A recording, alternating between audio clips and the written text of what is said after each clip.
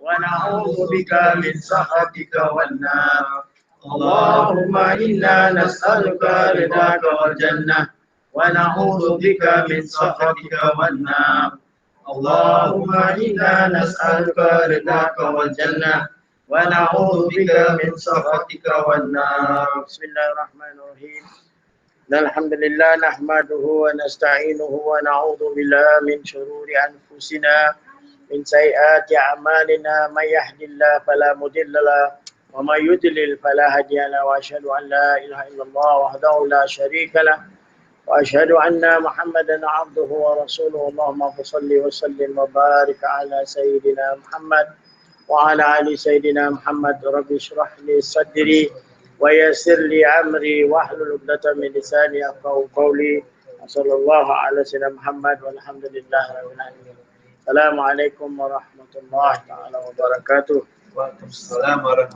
Alhamdulillah, we'll continue with our topic on this halal bil haram, on the topic of halwa. Halwa here is, as we know, that Islam prohibits halwa between men and women, a man and a woman who are outside the degree of mahram relationship, meaning that there is no blood ties. And the reason for this is not lack of trust in one of both of them, but it is rather to protect them from wrong thoughts and sexual feelings which naturally arise within man and a woman when they are alone together without the fear of intrusion by a third person. And this is why the importance of us understanding the hadith.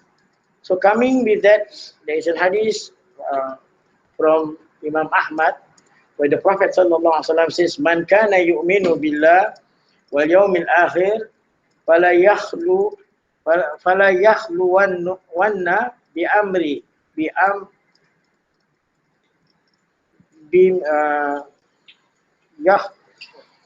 yakhluwanna bira'atin laisa ma'aha zu muhramin minha fa inna salathahuma shaitan," which means that whoever believes in Allah and the last day must never be in privacy with a woman. So whether you are married or not, it makes no difference. This is where the importance of us, we cannot just understand the hadith literally, and that is the reason why you see that if you ignore this hadith, and that's why you see today, a lot of things happen, people are being sexually abused and this and that, even younger children. Today, there's a teacher from UK have done a lot of, it was on the news just now, anyway. But this is that's why it is important for us to understand the Prophet ﷺ has made it clear here that there shouldn't be just the two of you, because definitely there will be the third person, and that's what he meant by Satan will be the third person. So if it is the man can say that he's strong, but the woman will try to attract the man. So this is the reason why that we should understand the hadith and don't take it very literally, for us. And then again, it comes along with a Quranic verse where Allah says, "La yakhluwanna ahadukum bimra'atin illa ma'adhi mahramin." And when you ask them, the Prophet ﷺ, meaning like when you want to talk to the wife of the Prophet for anything, here we already know in history, ask them from behind a curtain. That is purer for you, for your heart and for their heart. So if you don't get to see the woman, is better rather than you get to see, isn't it? Then you start painting in your mind how she looks like and this and that. So that's why it is very important for us to understand. For us men, just make ourselves clear that there is no such thing as it's going to be okay for you to be with a woman. No matter how big your turban is, it's not about the turban or whatsoever, but never underestimate the softness of a woman. That has been made very clear here. That is why, Alhamdulillah, that as you can see, even during the early days, they were forbid. They were prohibited from talking to a woman directly, or rather having an eye contact. Explaining this verse, Al-Imam Qurtubi said, this means such thought as occurred to men regarding women, and to women regarding men. Actually, the women also, they speak about men, isn't it? When you look at them quietly, Adamas, you trying to describe something, in your mind, but you are rather very shy. You will not be uttering it out loud. Unlike men, when they look at a woman, say, wow, Ajarfa, so slim, so this, so that. This is men. The difference between men and women is that they won't say a word, but you cannot be denying to say that you did say and you did, still admire that man. It's just that you don't express it. So this will remove any possibility of suspicion and accusation, and will protect their honor. That is the best. Is to see them, is to bring someone with you. So this command implies that no one should trust himself. Imagine, huh? So don't say that, oh, don't worry, I'm an Ustad. So what? Ustad is also a human being. That's why sometimes you need to understand this. You have to be strong, and you have to ensure that you apply this. When your wife go and see an Ustad, doesn't mean, oh, she's with an Ustad. So what? Ustad is a sin also. You cannot trust. You said you want to trust an Ustad. Astaghfirullah. Then the Ustad start, then you know. So this command implies that no one should trust himself. Because we know already the common verse that we were told in the Quran, an-nafsu amara bisu. Allah has made it clear. Your desire will never cooperate in matter of goodness. So you need to be careful of this thing. So that's why here Professor Yusuf Qadawi made it clear, or rather Imam Qurtubi said it in this, to say that you should trust himself to be in privacy, and with a non-mahram woman. The avoidance of such situation is better for one's purity of heart. That's why, if you remember, even Dr. Abdul Qadir Al-Hafshi, I think you can see that he normally will shy, when he's talking to you, he will not be looking at you directly. They try to avoid. Of course, they cannot make it look very obvious, isn't it? Not to be looking, I'm looking at now I'm talking to you, yeah. Then it looks very funny, right? From the human perspective.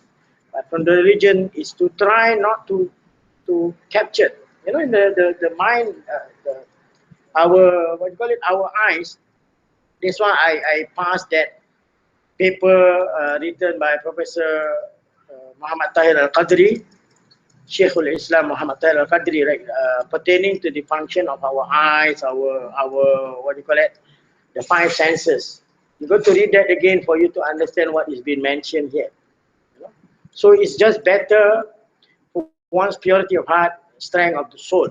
Otherwise, if it is affecting your heart, then you start describing, you start remembering. Once the moment you look at a woman, it will capture, isn't it? Your mind will capture and remember, wow, how Madam Hana looked like, how Madam Arafah looked like, how Madam Hajar Mas looked like. So this is where it will weaken your soul, and then there will be a lot of other issues coming up. So this is to avoid, so that you will have purity of heart. And I think that time, I don't know, I didn't get the chance to bring you to see Habib Ali. Habib Ali totally will not want to see a woman. You can never be in front of him. If you come, he will do like that, as if that he cannot see you. He won't see women at all. So there are some of the Habaib that I met during my younger day are the same. Totally no women. They will not want to see. So some women feel, a bit upset about these things. But that's why you have to have knowledge for you to understand. In Masjid Ba'alawi, every year, they put actually a barricade to make sure that the women don't. The women pull it down because they still want to see which Habib, see whether Habib is handsome. Even if it's an old man, I don't understand why they must do that. Once they put the curtain, right, they will pull down the curtain. They felt that if they don't see the Habib, means they didn't score the point. I just don't understand. So you need to know this thing, please. Natural instinct tak agaknya Ustaz? It is. For the eyes. Yeah, it is, but you need to understand where the religion is coming from, right? Because when you look at the Habib will also get distracted. The Habib will want to see, wow, Hajar Arfah is looking at me. Then the Habib also, okay, at least somebody want to be looking at me. You see, you corrupt the mind of the person. It's not that you want to, you got feeling for that Habib. No, but it's just the nature of the man.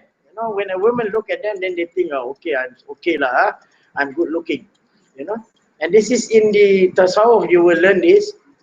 In the book of Minhajul Abidin, you will learn about this, why it is important that we should not be looking at a woman. To lower your gaze. Although the Quran mentioned men first, but Allah also include women at the second part of the verse. Although the verse is addressing to the men, because generally man is the one that doesn't, when they look at the women, they will not just look, but they will swallow, if you can understand where I'm coming from. So the Prophet ﷺ particularly warned women concerning this halwa with male in-laws. Okay, you need to be careful, such as the husband's brother, if there is, you got to be very careful with this cousin. I mean, there's a lot of things are happening now. If you have been reading the news about molest and all these other things, you see, this is because of the hinder what is being mentioned. That's why you need to learn Minhajul Abidin, because Minhajul Abidin will give you the what you need to hinder, the hindrance. What are the things that you need to hinder to avoid. So this is due to because you are quite negligent in this regard. Sometimes if disastrous consequences. So it is obvious that a relative of a woman has easier access than a stranger, isn't it? Right? To her quarters.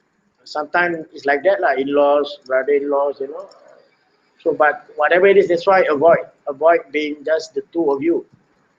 If you know that the other one is not there, then you avoid.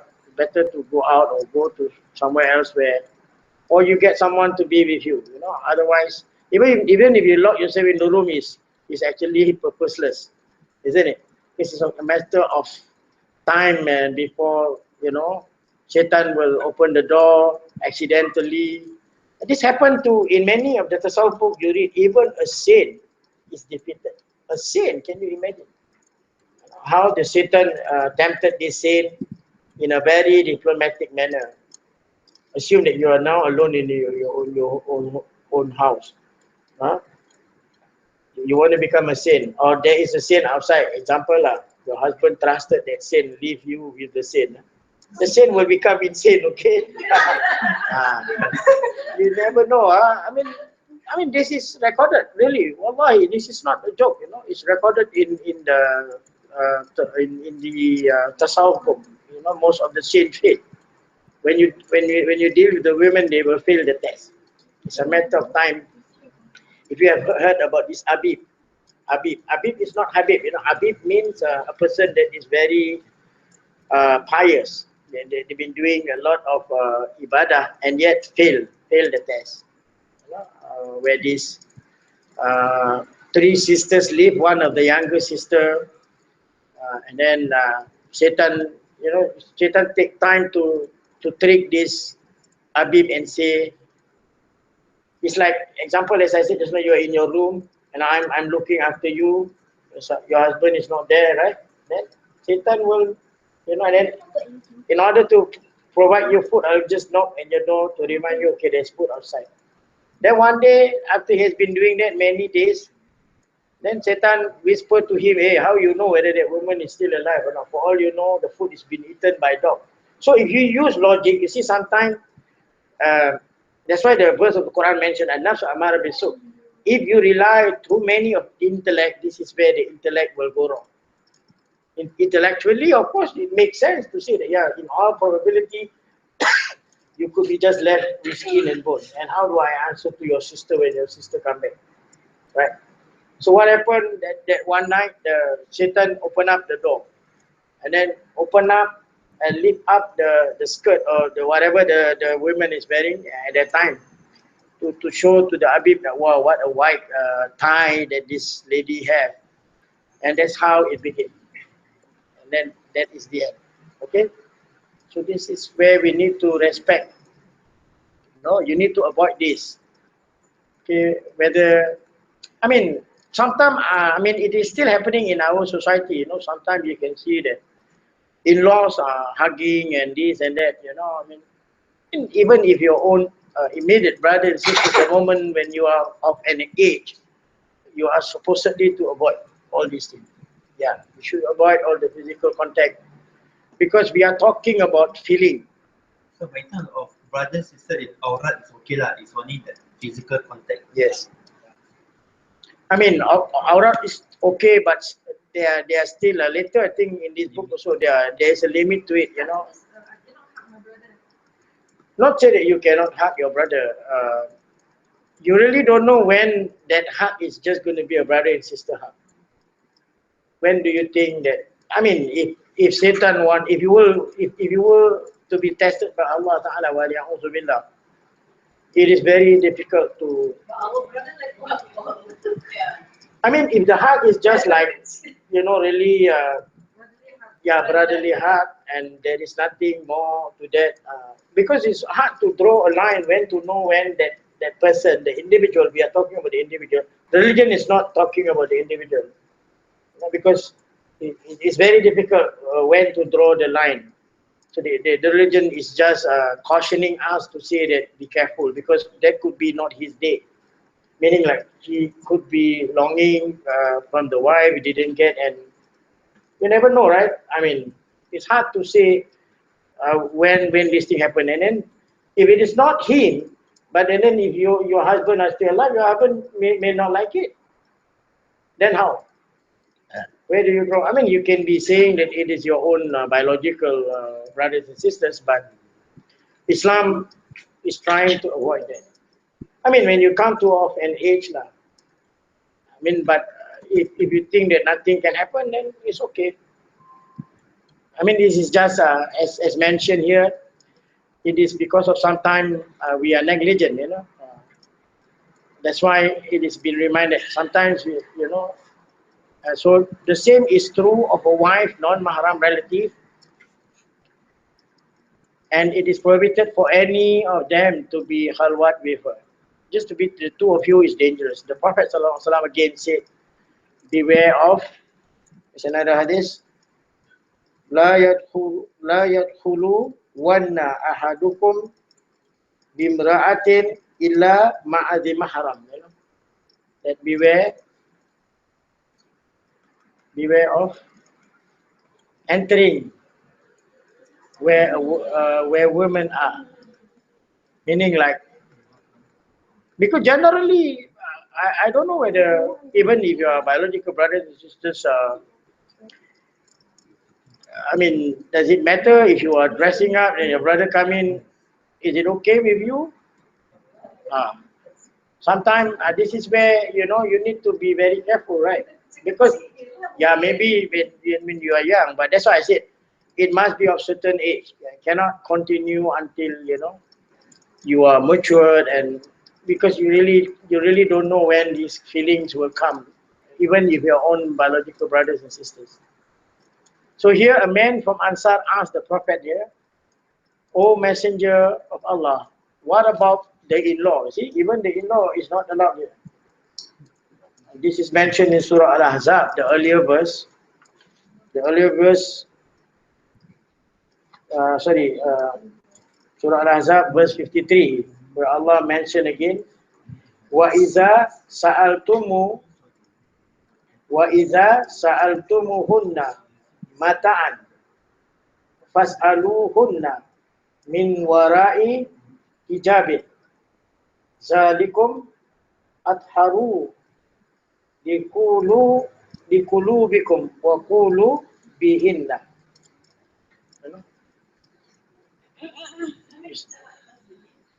Surah Al-Ahzab, the chapter Surah Al-Ahzab, verse 53. So he meant that there are inherent danger, and even destruction in such privacy. Their religiosity is destroyed. You see, is destroyed if they commit sin. So that's why we need to help them. The wife is ruined if her husband divorces her out of jealousy. Be careful of that. If you make your husband jealous, and social relationship are torn apart if relatives become suspicious of each other. So the danger lies not merely in the possibility of sexual temptation. No, it's not just because of that. It is even greater in relation to the possibility of gossip about what is private and personal between the husband and the wife by those who cannot keep secret to themselves and relish talking about them, talking about others, aiming to destroy their home. So this is where you need to be a little bit concerned, isn't it? It could be your own brother, but then when other people get to look at it and people gossip, and then I don't think so you are able to, you're able to withstand once if someone start gossiping, say, wow, this one, there must be something fishy going on with the brothers and sisters. How come they are hugging, they are smooching and whatever? I mean, if people were to gossip to you in that way. So in explaining the meaning of Al-Hamu, Al-Mawi, translated above, as the in-law is deaf. Then Ibn Athir said, it is an Arabic figure of speech, like the lion is deaf. The king is fire, which means that meeting a lion is similar to facing death, and confrontation with a king is like being in fire. You dare to be arguing with a king, definitely you will be in fire, isn't it? So thus privacy between a male in-law and the wife of the husband concerned is far more dangerous. It's far more dangerous than in the case of stranger, because he might persuade her to do things against her husband's wishes. You really don't know whether your husband is going to be in a good mood or not. If you are talking to your brother-in-law and sister-in-law, So such as asking him for things he cannot afford, nagging him and the like. I mean, in short, we just need to understand that Islam is more concerned of, if it is not the action that is going to takes place, right? But Islam is concerned of your iman. It will affect. You cannot be denying to say that even if your brothers and sisters, look, the body is not the same one. You have different things and your brother have different things, right? Islam is looking at that angle. And these things, when it gets together, as we study science, what happens when positive meet negative? What will happen then? So something like that. So it's a question of, again, time and opportunity, isn't it?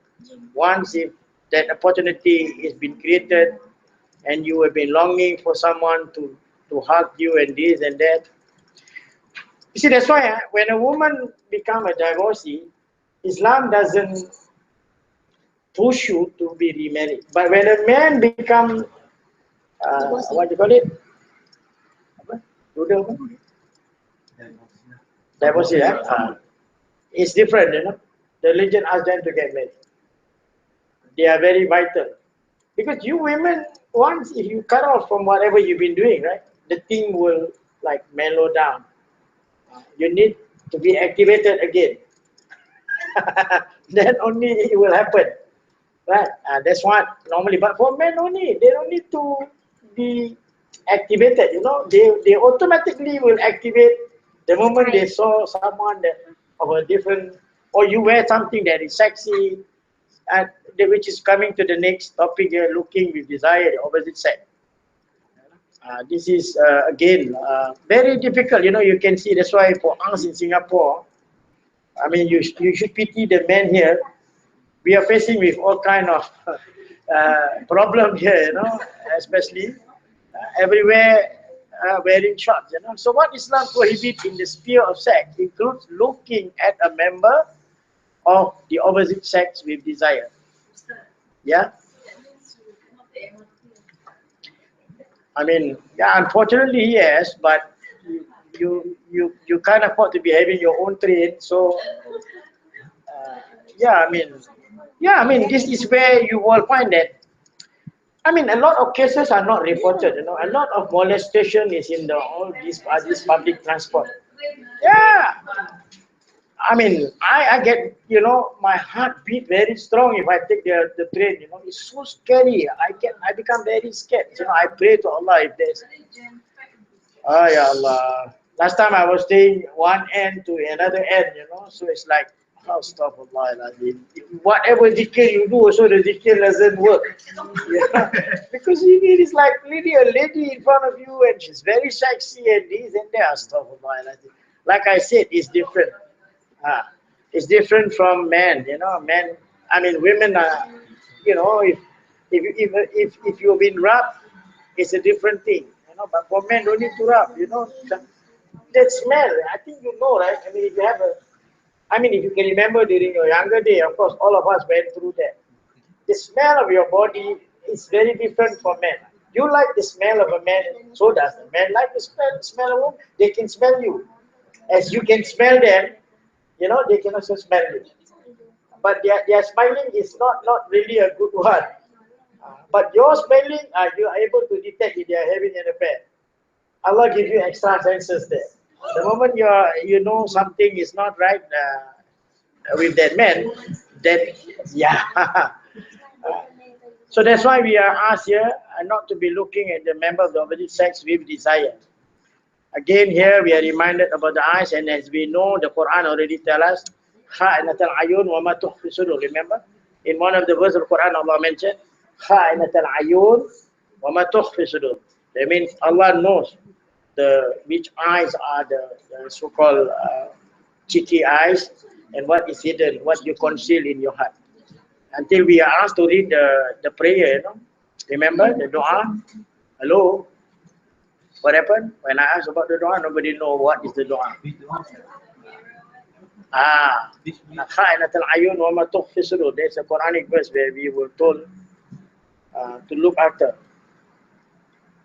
Okay, so this is why Allah subhanahu wa ta'ala, glory be to Him, has commanded the believing man and the believing woman alike to lower their gaze together with His command to guard their sexual part. Okay, and that is mentioned in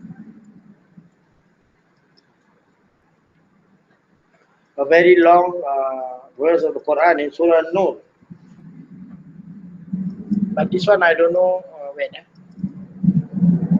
Yeah, correct. Surah Nur. Surah Nur, verse 30 to 31. Kulil mu'minina bighudubin min absarihim wa yahfadhu furujahum. Zalika azka lahum. Inna Allaha bi khairun bima yasna'un. Wa quli. You see, the verse is talking about male and female, but begin with male. Allah begin with male. Tell the believing man, you see, when tell the believing men that they should lower their gaze and guard their sexual organ. That is purer for them, indeed. And then Allah is well acquainted with what they do, right? And tell. Sorry, cikgu ini saya tak berapa pandai pakai. Tak apa. Dia tu lari cepat. Okay, and tell the believing women that they should lower their gaze and guard their sexual organ. See, women come second. First is men, and not display their ornament except that which is apparent of it, and that they. So the word here, this tafsir, apparent here, it depends on the society where you live. What is apparent in that society, or rather, what is the norm in that society? So apparent doesn't mean, you cannot generalize it, right? It follow whichever society that you live in, you follow what is the norm in that society. and that they should draw their head covering over their bosom. So it's very strange, right? Sometimes you say that there is no Quranic verses mentioning about the covering of the head. This is very clear here. I don't know who is the Gundu that doesn't understand. So it's mentioned clearly here that they should draw their head covering over their bosom. See, bosom, up to here, that means the normal tudung. Anyway, I mean, as I said just now, again, it depends on where the society that you live in, right? I mean, we are not so used to be wearing like, there are some group here, there are some group of women are wearing like that. But you need to see, like, I mean, there are other things that we only, that's why you cannot take the tafsir literally. You need to understand, because in terms of the application of the tafsir, there is, they call it ayat khas. If you remember in Usul al-Fiqh, you have, I don't know whether you study this or not, there is some verses which is known as khas, means specific. There are some general. See, this is where in the Usul al-Fiqh, they will cover this subject. Where that's why we need to understand when we read, you cannot just generalize what is written here. So here it is not generalizing it. It is talking about, in different context, where you are when you want to be wearing this covering, especially if you are not married. If you're going to be wearing like that, no one wants to marry you, isn't it? Covering your head over the bosom. Then man, they need, I mean, when you are outside, yes, you are supposed to be like that, because the purpose is not to let others to enjoy how you look like, right? But when you're at home, then it's a different thing. So if you want, I mean, that's why in Islam, when a man wants to see a woman, go to their house. You are allowed to be wearing like this in front of that other man. Yes. At home is okay, but not in public. In public, then this verse is replied to in public. I mean, the application of this verse is to be in public. But again, when you are inside your own home, the verse will not be applicable. It's talking about the different. That's why I said just now, you need to understand the context. In context, in what context is this verse is talking. And then here also mention about, okay, the one that you can show will be your husband, your husband's father, that is your father-in-law. Then they are your own biological father, and their son, and their husband's son, or their brothers, or their brother's son, and their sister's son, meaning nephew and nieces lah, right? Then they are women, or those whom their right hand is referring to maid. Servant, like male servant who lack sexual desire, or small children who have not carnal knowledge of women. You can't say that. You see, that's why in the application of this verse, right? You cannot say that children of this age doesn't have this carnal knowledge of women, right? Because they destroy your children when you go to school. The teachers is the one that is telling them about all these things, Not teachers, Ustaz. Not teachers, but the media in general, Ustaz. But in school they have science, what, biology? I mean, what? They have science. They have sex education, but it's for upper primary. Oh. But the reason for that is because from what we see, children at a young age, they're already exposed to things. Yeah. From as simple as TV, video, YouTube. And sometimes you'll be surprised at the things they say. They may not understand, but the thing is, they hear, they say, and sometimes they just maybe even do or act out, imitate, without really knowing. Of course. So, yeah. In today's context, that's why I said it's more dangerous lah. This verse, as I said just now, that cannot be just taken, very lightly, right? Because it is something that you need to understand. There are other things that cannot be taken as generalizing, isn't it? Right? So several divine injunctions are contained in these two verses, right? Surah An-Nur, chapter 30 to 31, and two of them pertain to both men and women: the lowering of gaze and the guarding of sexual organ, while the rest are addressed exclusively to women. because you are the one that attracted men most. So a difference is to be noted here between the two expressions: lower their gaze and guard their sexual organ. This is where the Arabic word is beautiful, you know. Kulil mu'minina bighudhu min absarihim. This is the word absarihim is referring to the lower of the gaze in that verse. So so two pertain to both men and women, namely the lowering of gaze and guarding of the sexual organ, while the rest are addressed exclusively to women. So a difference is to be noted here between the two expressions: lower their gaze and guard their sexual organ. That while the sexual organ must be totally guarded without any leeway. The lowering of gaze is only partial, because necessity and the general interest of the people require that sometimes looking at members of the opposite sex be allowed. So that's why you need to understand, as I said, cannot just take the verse literally and then after that, everywhere you go, you start wearing, covering the bosom, and then you cannot get the job.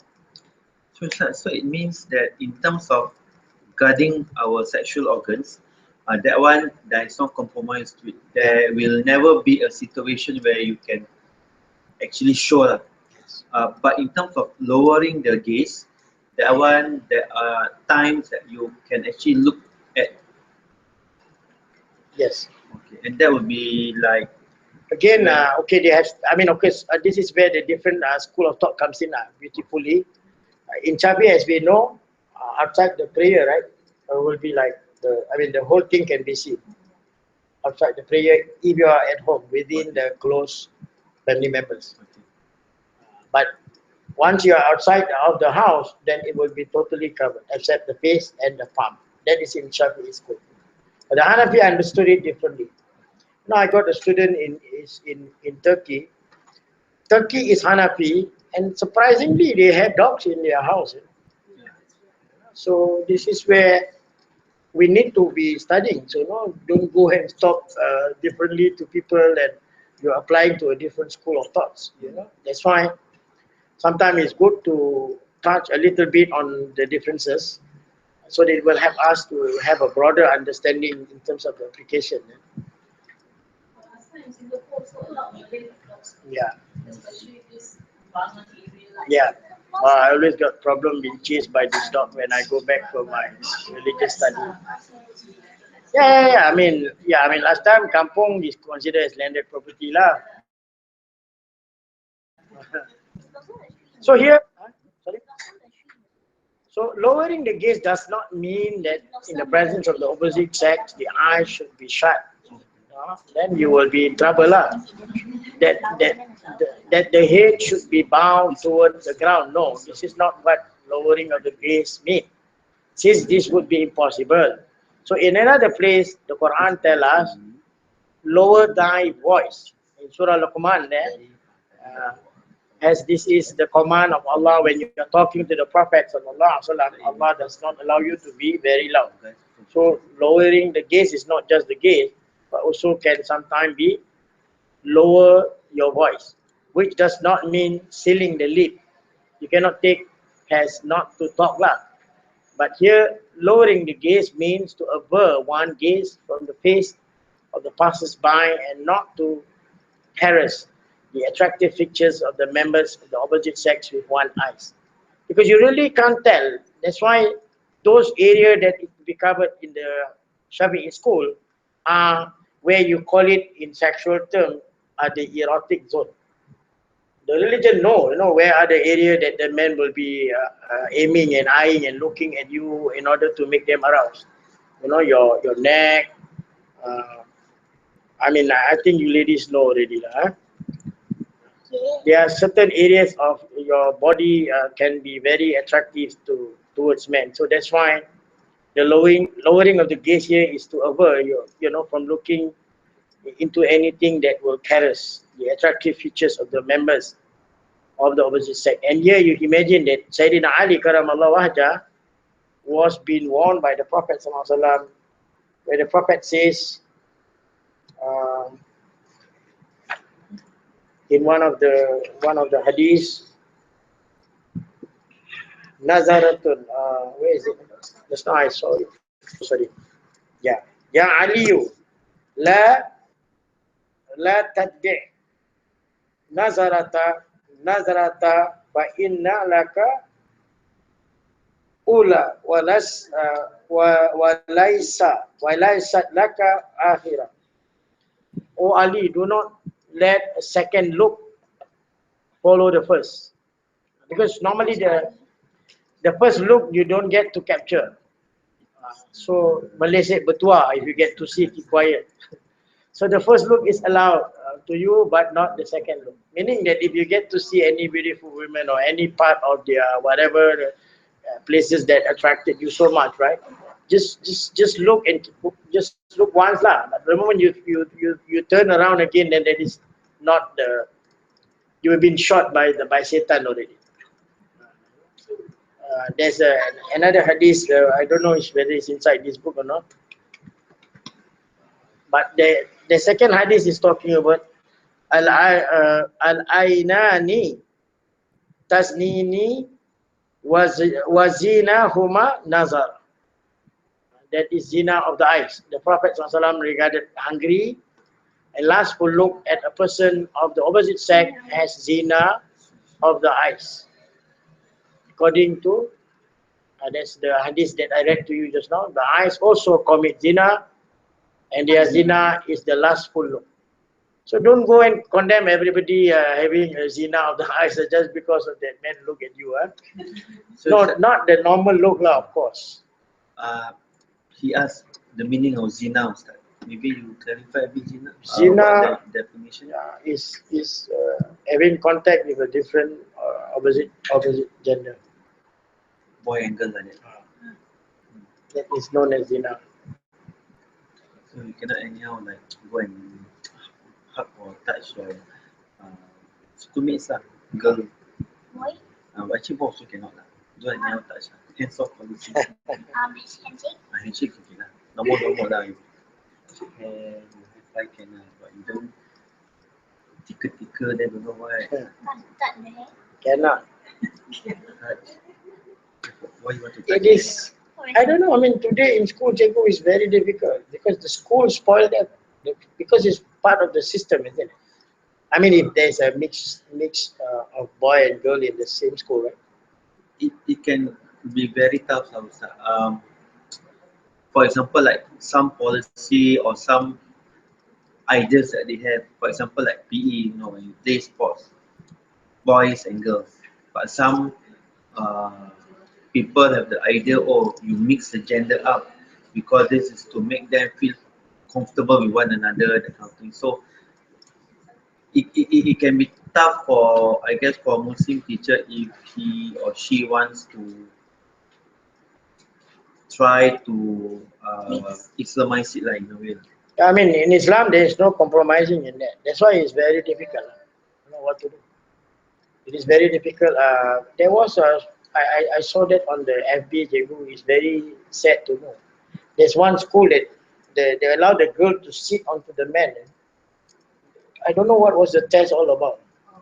Right? Is it? It's crazy, crazy. It's like uni or JC like that. Like, Astaghfirullah, lucky during my time, nothing like that. We are very fortunate.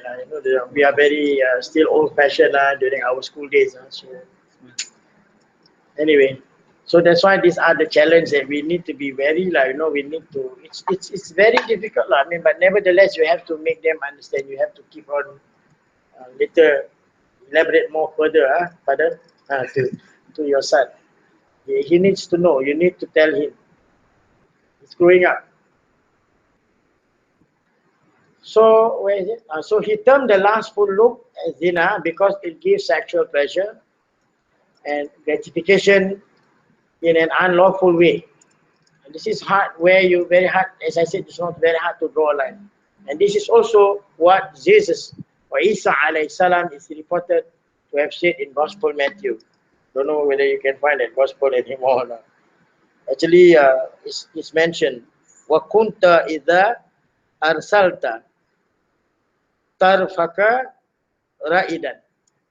In his, you have heard that it was said, you shall not commit zina.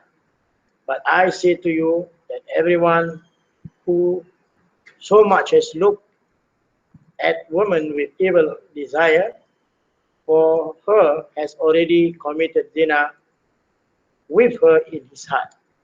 See, it's mentioned in Matthew. This is where, if you have the gospel, it's nice to refer, see whether it's there or not. It's there, right? But you'll be very surprised. That's why Ahmadiyyah said there's more than 50,000 errors. You know, they remove anything to do with which is close to Islam. Don't know whether it's Protestant or the other. It's mentioned, right? Yeah. So indeed, such hungry and lustful look are not merely a danger to chastity, but they also result in agitation of the mind and disturbed thoughts. Then again, looking at another person's aura, so this is where, again, in Shafi, there are differences on where they draw, where they identify what is aura. So looking at the aura of another person must be avoided. So here, the Prophet ﷺ forbid that any should look at aura of another, whether of the same or the opposite sex. Imagine, that's why this issue of what is happening in the different society is due to because of they do not want to apply the hadith here. And along with that, whether it's with desire or not, there's a saying where the Prophet ﷺ says, La yanzur rajulu illa awrati rajul. A man should not look at the aura of another man. And then again, Wala tanzur mar'atu ila awrati mar'ati.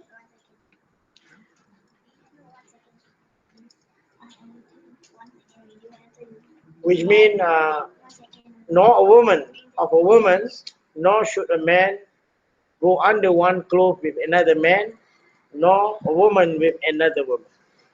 So this is to avoid all these other, it comes in a footnote below, right? It's a footnote. So the aura of man referred to in this hadith is what is between his navel and his knees. This is in Shafi'i school. Okay, in Shafi'i school. Yeah, navel and the knees. Different again from the Hanafis and Maliki.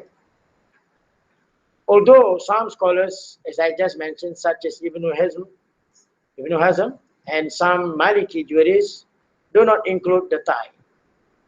That means that's why they can wear short even when they pray, because they did not include the tie has an aura. So with respect to a man who is not her mahram, a woman aura is her entire body, excepting only her face and her hand. That is again in Shafi'i school. Okay, a woman aura, entire body except her face, and then one with respect to a mahram, that means someone such as her father or brother, then it is different. This will be discussed later. As you know already, when the father and the brothers, that means the further that they can go is only up to the woman will be the same thing, I mean the same body has to be covered. Meaning if you have a daughter, you should not allow your daughter to wear short in front of other men, or even with the brother, the biological brother. Should not allow that to happen. They can be wearing short only within their room. I mean, to be on the safe side. It will be discussed later. So what is haram to look at is also haram to touch. To touch with the hand or with any other part of the body. That's why, again, there are differences. When you talk about the hand, they have what they call it zahir and batin, meaning the interior and exterior. So the exterior of the hand is referring to the other side. The interior is this one. The palm is known as the interior, and the flip side is known as the exterior. Because normally when you touch with the exterior, it will not arouse. but you touch in the interior, then it will arouse.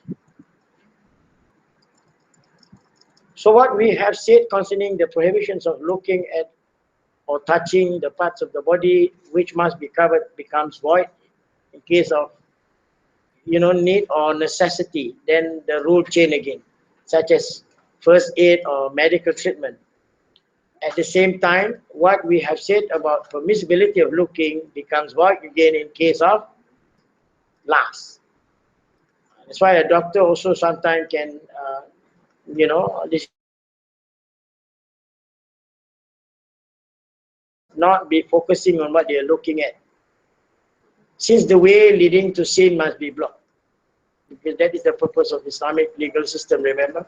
Block all the avenues. Yeah. Wallahu a'lam bishawab. What may be seen of a man or a woman? What you can see. Okay? Any question? So maybe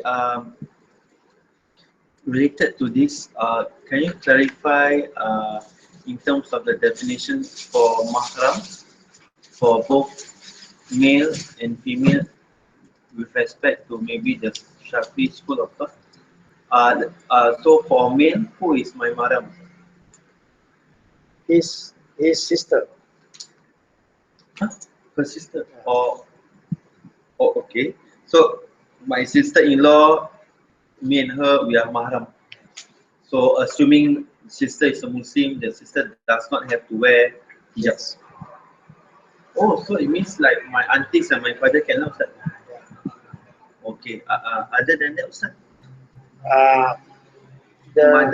My mother-in-law. Mother-in-law, the mother, if they have the siblings. Yeah. Aunties is okay, Ustaz. But that one is more to my wife's side. So my mother-in-law, sister-in-law, auntie-in-law. Okay.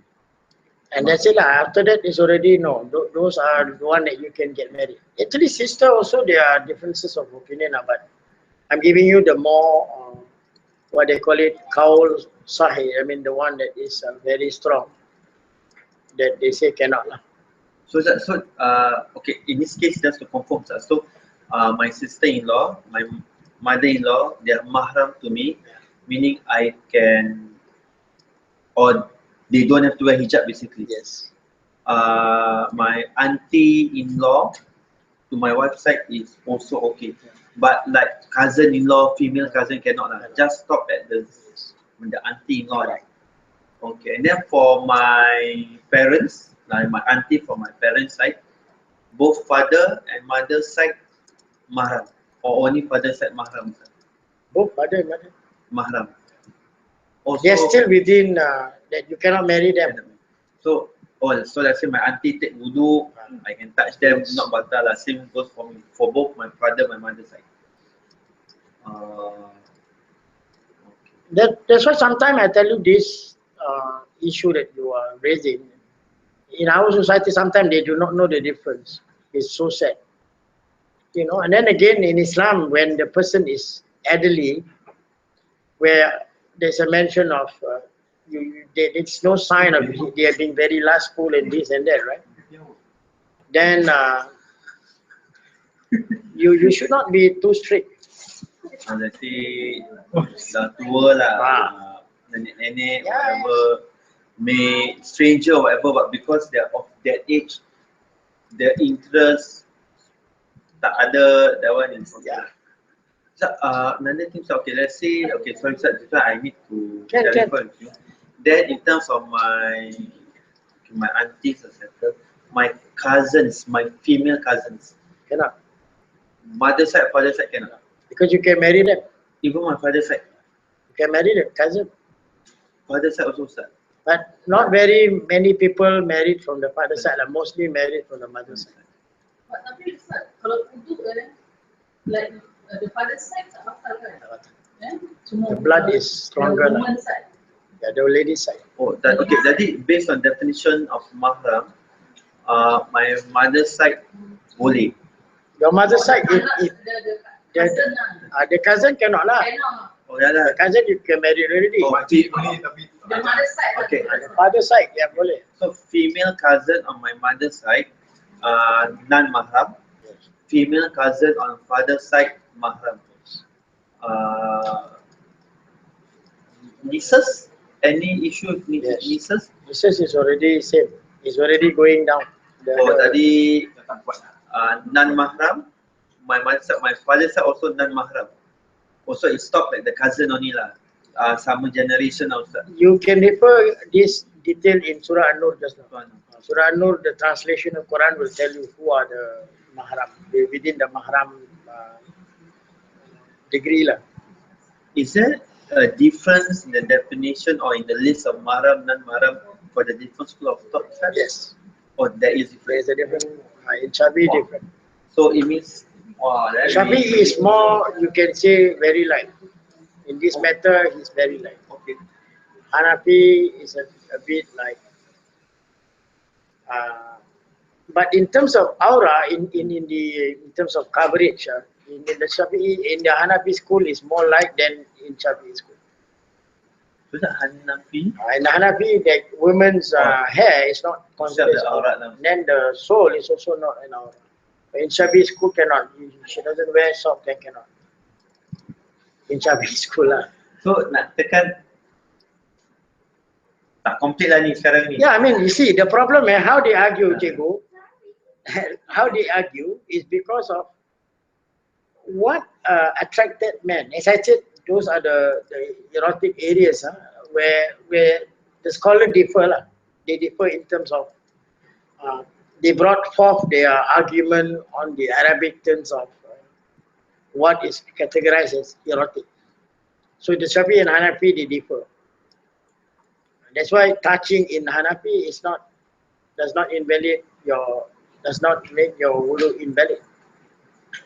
Because he defined touch as intimate relation. But Shafi'i defined touch as physical contact.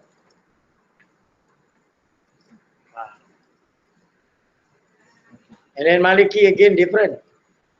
Although just now you saw in hadith where the Prophet forbid Ali from looking at the thigh, but in their school, the thigh is not considered as aurat.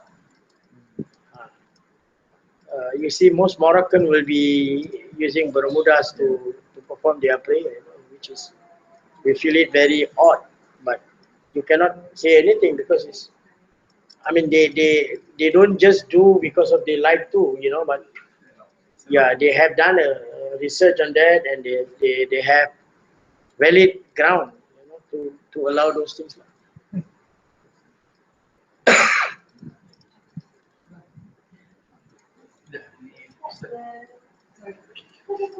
Yeah, you got a question about the lesson?